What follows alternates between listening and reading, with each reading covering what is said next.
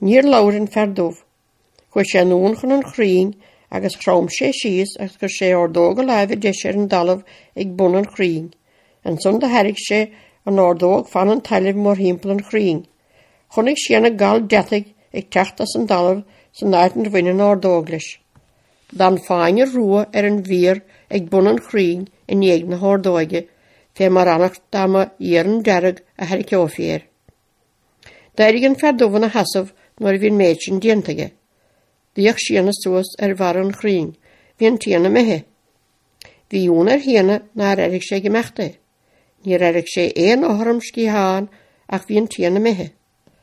Chudar isteach ar ísin son. Dín an ferdómh suas an melavóig, agus dín sé fáinge na timppel an bhalla, agus hennig an gal cían an bhalla, agus dan an rian cíana ina dhéigir. An bhí sé a chroma thug sianna fiochan dír an eribal mar bhí choram aige.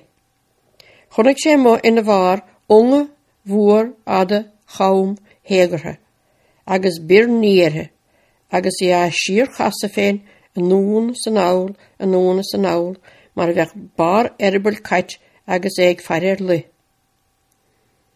Dar fia bhránigar sa sianna an aigen féin, má bhíon tochasart, ní bheith dí ingin ort. Chomás dá láirech sianna thógan ferdómh cheann agus díoch séir.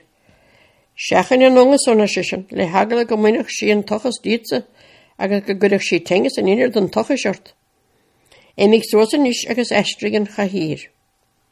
Déimigh sianna suas agus is bhí go crehánach, chu sé láb go heiclíorthe agus máchar, siúd leisí cho héasca agus a bhog sí riamh leis. Chu sé láb an melavóig, agus ní tuisce chur, ná chorig sí núna san áil fan an alla. Díoch sé an bhernúh. Gan dúas leis is an taim anna bhaochtid, go mór dia go háleat agus a bháthir bhenathe. Bhí a ghine bhárn agus a bhanama.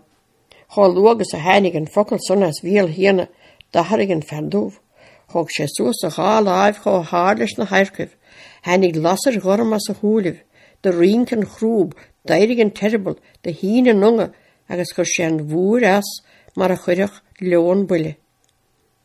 De hosnig an bhúr sin le drawn tú, agus de bhor agus de nertiger, gur chéhan túr lár, gur chéhan tig, gur chéhan sliamh mór hímpel. Nóir a chunig sin an taharú, agus nóir a erig sé fuim agus nert na búri sin, ag bor agus a gardú, de gin an tig bulla báis in na hímpel, heinig scamal as a chóir a húl, agus de hit sé na chnapéir an úr lár, gan aithne gan úr láir.